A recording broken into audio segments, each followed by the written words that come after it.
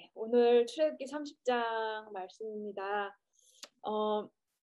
예, 이게 아까 우리 전 집사님께서 기도해서 말씀하신 것처럼 많이 이렇게 반복되는, 그리고 이렇게 성소 기물에 대한 말씀, 이런 말씀이 많아가지고 조금 어렵다고 느끼실 수도 있을 것입니다. 근데 이제 저희가 지금 오늘은 출애굽기 30장이고요.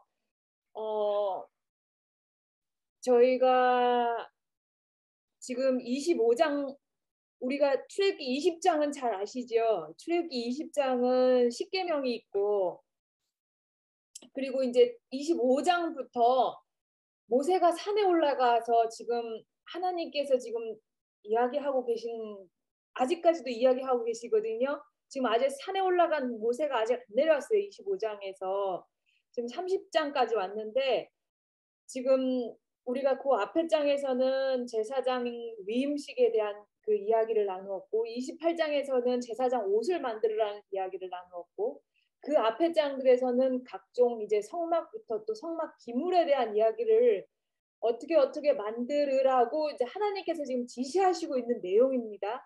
그리고 이제 지금 30장에서는 이제 또 마지막으로 성막 기물 중에 분향단과 물두멍, 그리고 그 위에 이제 분향단 위에서 피우는 향, 그리고 기름에 대한 말씀들을 지금 말씀하고 계시는 거예요. 30장에서.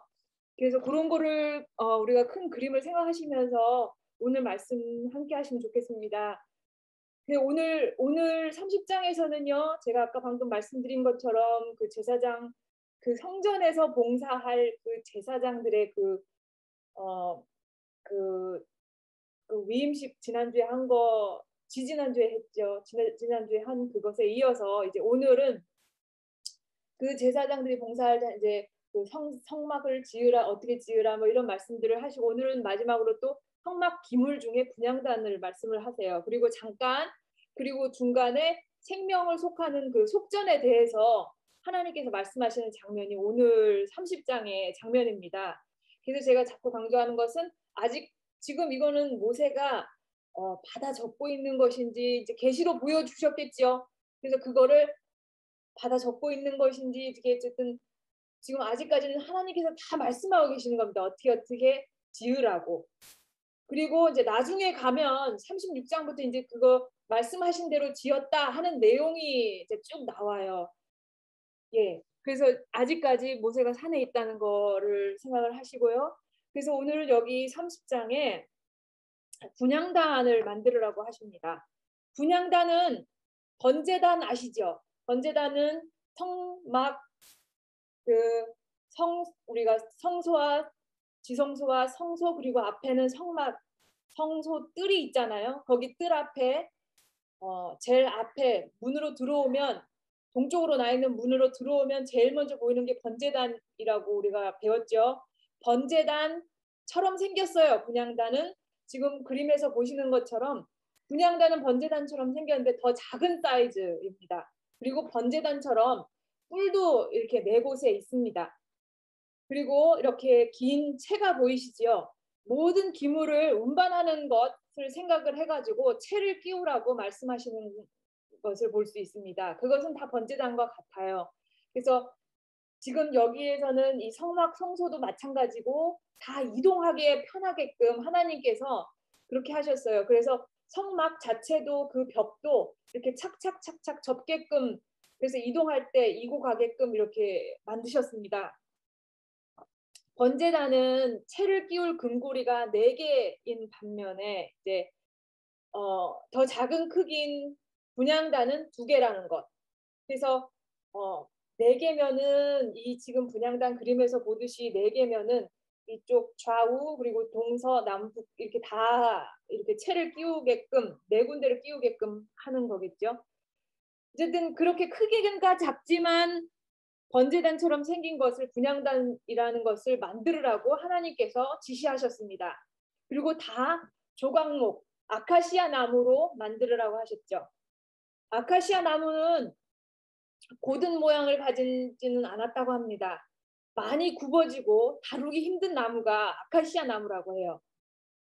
제가 어느 동화책에서 봤는데 그 굽어진 오이가 자기가 상품성이 없다고 내다 버려졌다는 뭐 그런 이야기를 동화책에서 읽었는데, 우리가 그 오이 아시죠? 오이도 상품성이 있으려면 이렇게 쭉 걷어야 합니다. 하지만 하나님께서 쓰시는 것은 꼭 그렇지만은 않은 것 같아요. 고린도전서 1장 27절 말씀에 이렇게 말씀하십니다. 그러나 하나님께서 세상의 미련한 것들을 택하사 지혜 있는 자들을 부끄럽게 하려 하시고, 세상의 약한 것들을 택하사 강한 것들을 부끄럽게 하려 하시며, 하나님께서 세상의 천한 것들과 멸시받은 것들과 없는 것들을 택하사 있는 것들을 폐하려 하시나니, 이렇게 말씀하고 계십니다. 우리가 미련하고 지혜가 없고 약한 자라면 감사하시기 바랍니다. 하나님께서 그런 사람을 쓰실 것이기 때문입니다. 29절에 이어서 이는 아무 육체라도 하나님 앞에서 자랑하지 못하게 하려 하심이라고 하셨습니다. 우리가 할 수 없다고 할 때 하나님께서 우리 속에 시작한 착한 일을 이루실 것입니다. 하나님께서 이루실 것이고 하나님이 영광을 받으실 것입니다. 제가 이 말씀을 준비하면서 이것은 정말 저에게 하는 말씀이었습니다. 너가 할 수 없다고 생각하니 기도해. 내가 할 수 있게 해줄게 하는 하나님의 말씀이 저한테 들리는 것 같아서 정말 제가 이렇게 지혜 없고 미련한 자라서 너무나 감사했습니다. 그리고요, 이 번제단과 또 모든 기물은요, 바닥 말고는 다 전부 금으로 쌓아야 했습니다. 성막의 모든 주요 기구들은 다 순금으로 도금을 했어요. 금이 지니고 있는 상징적 의미는 그 아름다움이 하나님의 영광과 위엄을 나타냅니다. 그리고 그 변하지 않는 속성이, 금이 변하지 않는 그런 속성이 하나님의 언약의 불변성을 나타내기 때문에 금으로 이렇게 다 입히라고 하셨습니다. 그리고 이 분향단은 그림에서 보시는 것처럼 6절에 속죄소 맞은편 휘장 밖에 두라고 하셨습니다. 어딘지 아시죠? 지성소와 성소를 구분하는 휘장 바로 앞 성소 부분에 분향단을 두라는 말씀입니다. 그렇게 되면은 분향단은 성소 여러 기구 중에 속죄소에 가장 가까이 놓여지게 되어 있습니다. 속죄소는 우리가 아는 것처럼 이 지성소 휘장 뒤에 있는 하나님의 언약 궤를 넣어놓은 그 궤를 말합니다. 속죄소. 향은 이 지금 분향단 위에서 피우고 있는 향은 가루 형태입니다. 가루 형태이기 때문에 태워야지 향이 나는데요. 그것을 태우는 장소, 그 단이 바로 이 분향단. 그래서 분향단이라고 말하고 있는 것입니다. 그 분향단을 이 말씀드린 지성소 휘장 앞에 놓고 아침 저녁으로 관리해야 했습니다. 아침마다 제사장이 성소 안에 들어가서 등대잔에 등불을 켭니다. 여기 분향단이 놓인 자리, 그리고 남쪽으로 7 촛대가 놓여 있죠. 그거를 아침에 들어가면 저녁에는 불을 켜고, 그리고 아침에는 그것을 끕니다. 그때 분향단에 향을 피우고 저녁에 등불을 켜러 갈 때는 향을 끄고, 이 분향단에 향을 끄고 또 내일의 향을 피울 것을 위해서 점검을 합니다. 그러니까 제사장은 적어도 하루에 2번 성소에 들어가서 등불과 분향단을 켜거나 끄고 점검해야 했습니다. 7절에 보시면 아침마다라고 이야기하고 계십니다. 여기서 속죄소는 지금 분향단이 놓인 휘장 뒤에 속죄소는 하나님의 임재를 상징하는 처소이고, 분향단 위에서 타오르는 향은 성도가 하나님께 드리는 간구와 기도를 상징합니다. 우리의 기도가 아침마다 적어도 2번은 제사장들이 성소에 들어가서 향이 계속 타오르게 해야 하는 것처럼 아침마다 끊임없이 우리의 기도가 올라가야 하는 것입니다. 또한 이 분향단이 속죄소에 가장 가까이 위치해 있는 것은, 속죄소는 하나님의 임재를 상징하는 것이니까요. 그렇게 가장 가까이에 위치해 있는 것은 하나님께서 성도들의 가장 가까이 계셔서 항상 그 기도를 들어주심을 나타내는 것으로 이해할 수 있는 것입니다. 지난번에 제가 성막의 휘장들에 대해서 이야기하면서 이 지성소 휘장, 그러니까 성소와 지성소를 구분하는 휘장의 위에는 뚫려 있다고 말씀을 드렸었습니다. 그래서 그 향을 피우면 그 향이 뚫린 휘장 위를 타고 하나님의 임재의 상징인 지성소 안에 속죄소로 가게 되는 것입니다. 향을 태워서 이 매일 진행되는 성막에서의 이 모든 피 비린내와 동물들에서 나는 그 유쾌하지 못한 냄새를 상쇄시키는 그런 실용적인 기능 외에도 이것은 이 분향단은 말이죠. 이렇게 놓인 자리나 이 모든 것들이 하나님의 마음을 나타내는 장치라고 저는 생각했습니다. 하나님이 얼마나 우리와 가까이 지내고 싶어 하시는지 우리의 기도를 멀리서가 아니라 가장 가까운 곳에서 들으시기 원하시는 하나님의 마음 말입니다. 아기들이 엄마가 말 못하는 아기들이 태어난 지 얼마 이제 말 아직 못 배운 아기들이 다른 사람은 못 알아듣는 뭐 이상한 말을 해도 아기 엄마는 찰떡같이 알아듣는 경험을 하셨을 것입니다. 그리고 또 이제 급해서 이제 화장실에 가거나 아니면 밤에 잠을 자도 이 조그마한 다른 소리에도 아기 엄마들은 알아듣습니다. 아기 엄마들은 알아듣고 아기의 필요를 봐주는 것처럼 하나님께서 우리와 가장 가까운 곳에서 우리의 기도를 듣고 계십니다. 우리 하나님이 우리에 대한 마음이 이런 아기 엄마들보다 더하면 더했지 덜하지는 않는 분임에 정말 감사를 드립니다. 예레미야 33장 3절 말씀. 너는 내게 부르짖으라. 내가 내게 응답하겠고 내가 알지 못하는 크고 비밀한 일을 내게 보이리라. 하나님께서 내게 부르짖으라고 말씀을 하십니다. 그 기도를 내가 멀리서가 아니고 가장 가까운 곳에서 너의 기도를 들어주겠다고 하나님께서 말씀하고 계시는 듯 합니다. 그리고 이제 11절부터 속전에 대한 말씀이 잠깐 나옵니다. 11절부터 16절까지요. 그 생명의 속전인데요. 죽을 수밖에 없는 죄인의 피를 덮어서 죄 없는 것으로 인정해 주신 우리 하나님 은혜에 감사하는 뜻으로 드리는 일종의 배상금입니다. 20세 이상 되는 남자들이 그 속전을 내야 했습니다. 제가 이 말씀을 읽으면서 이스라엘 백성들의, 그러니까 앞으로 구약에서도 그렇고 신약에서도 여러 배경들이 그래서 그렇구나 하는 것들이 이해가 됐습니다. 무슨 말이냐면은 성경에도 이렇게 숫자 세는 일이 많잖아요. 근데 이 숫자는 남자 성인 20세 이상을 카운트했는데 그게 전쟁에 나갈 만한 사람을 카운트하는 것이기 때문에 그렇다는 것을 알게 됐습니다. 그래서 사무엘상에 다윗이 골리앗과 싸우는 이야기가 생각이 났는데, 그러면서 이제 다윗은 20세가 안 됐었기 때문에 그 당시에 전쟁에 안 나갔었구나 날지. 그리고 이제 자연스럽게 그래서 양을 치고 있었나 보다. 그리고 그 형들은 그래도 적어도 다 20살 넘은 형들이었구나 하는 그런 생각이 들었습니다. 그리고 또 예수님께서 5,000명을 먹이시는 기적이 있잖아요. 그때도 남자만 5,000명을 세웠습니다.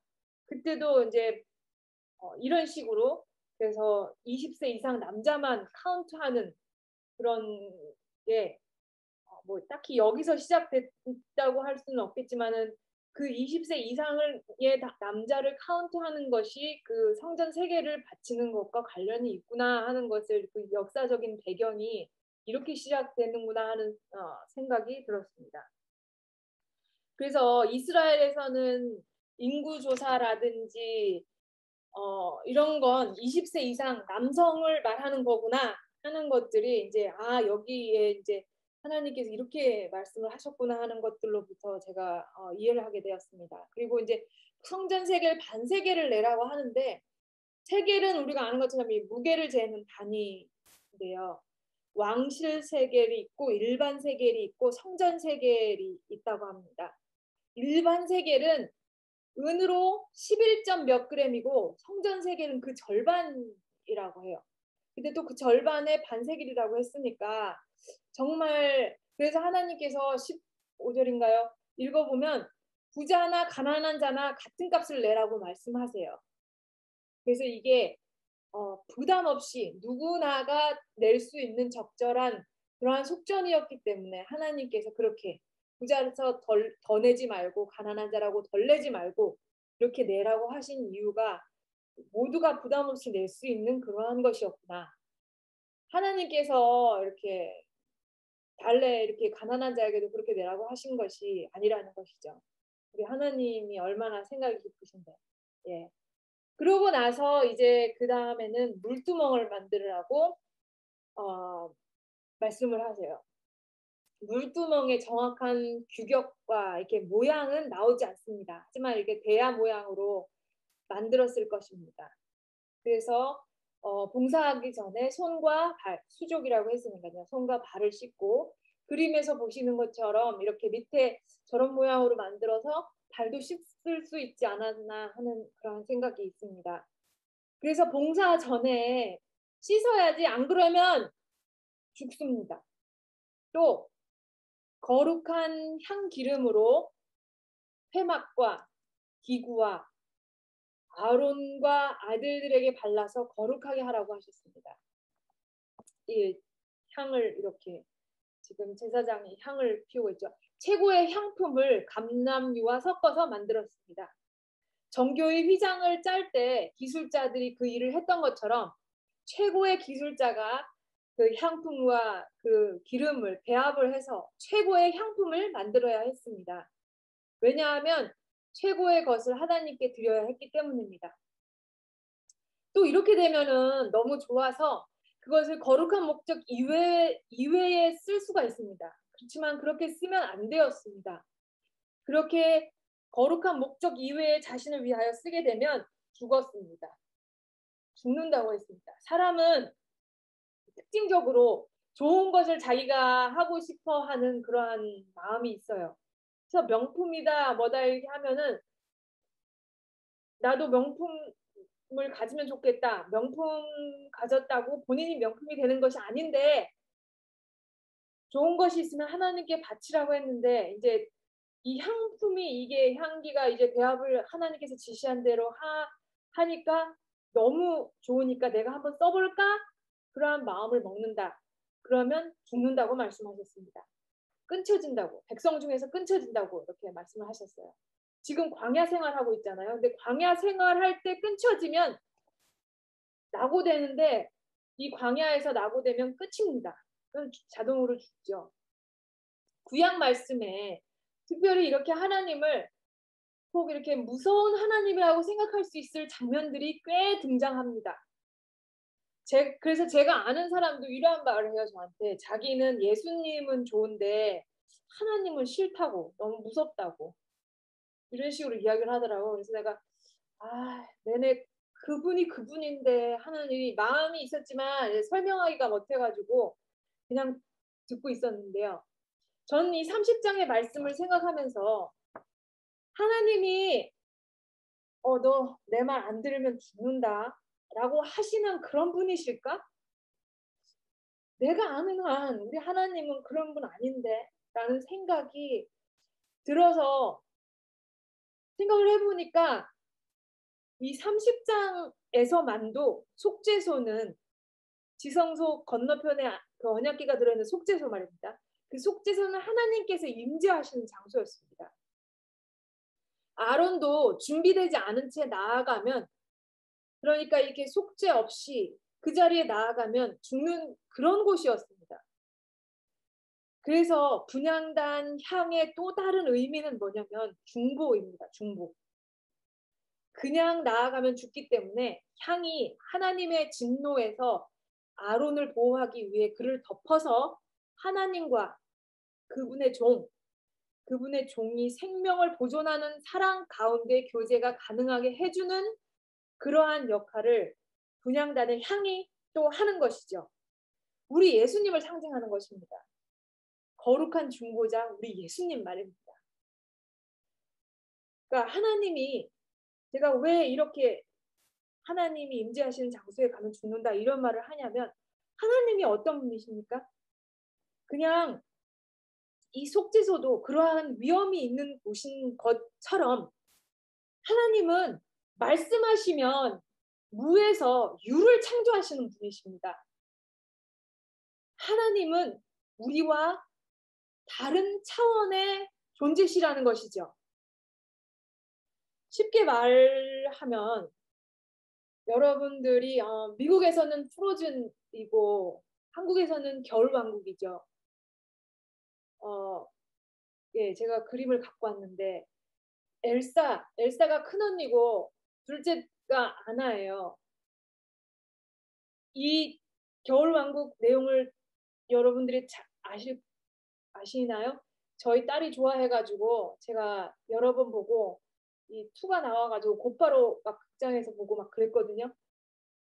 저는 안 좋아하는데 우리 딸이 좋아해가지고. 그래서 엘사가 여러분이 아시는 것처럼 엘사가 저렇게 눈사람도 만들고 그리고 이렇게 프로즌 시키는 막 얼음을 만드는 그러한 능력이 있습니다.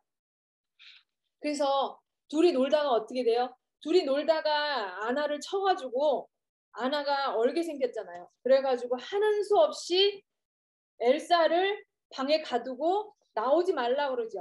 엘사 너는 여기 안에 있어. 이렇게 해요. 그러면은 아나가 너무 심심하죠. 그래도 어쩔 수 없었어요. 그래서 엘사를 방에 가두고 그러한 내용이 앞부분에 나옵니다. 엘사는 아나를 너무 사랑하고 함께 놀고 싶어 해요. 근데 그 엘사는 그 자기가 갖고 있는 능력을 잘못 사용하면 사랑하는 사람을 얼게 하게 됩니다. 우리 하나님은 우리를 사랑하시고 우리와 함께 하시고 싶어서 안 달라진 분이세요. 그렇지 않다면 우리 같은 사람이 죄 지었을 때 망가뜨리고 새로 지으셨겠죠. 하지만 우리 같은 사람을 살리시려고 우리 하나님은 아들까지 주시면서 사랑하시는 분이십니다. 근데 원체 우리 하나님 가지신 능력이 우리가 가까이 하면 거룩하지 못한 죄의 모습으로 하나님께 가까이 하면 우리가 죽는 그런 능력을 가지신 분이십니다. 그렇기 때문에 하나님은 우리를 거룩하게 하시기 위해서 지금 이러한 모든 장치들을 마련해 놓으시는 것입니다.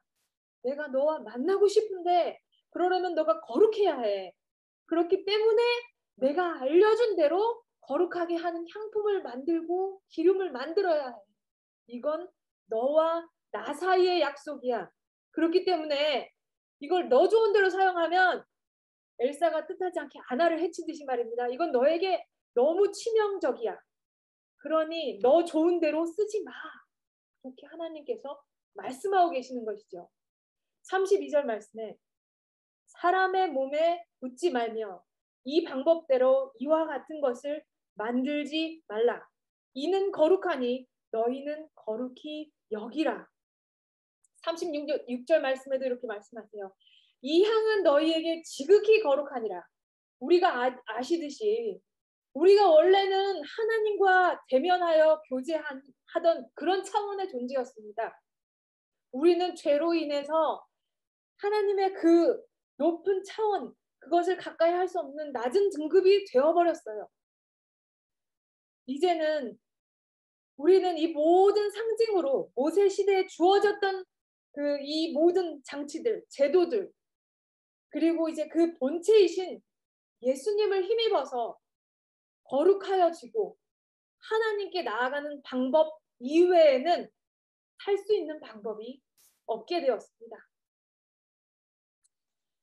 우리 예수님께서 다시 오셔서 우리의 영원한 생명을, 우리의 등급을 회복시키는 그날까지, 그래서 우리가 다시 우리 하나님과 대면하여 교제할 수 있는 그 자리에까지, 그래서 우리가 어떠한 장치가 없어도 우리가 직접 우리 예수님과 우리 하나님과 함께 우리 하나님께서 우리 예수님께서 우리가 갈 때까지 포도주를 마시지 않겠다고 하셨는데 그 축배의 잔을 들 때까지 그날까지 우리가 오직 길이시고 생명이신 우리 예수님을 힘입으시기 바라면서 말씀을 마치겠습니다.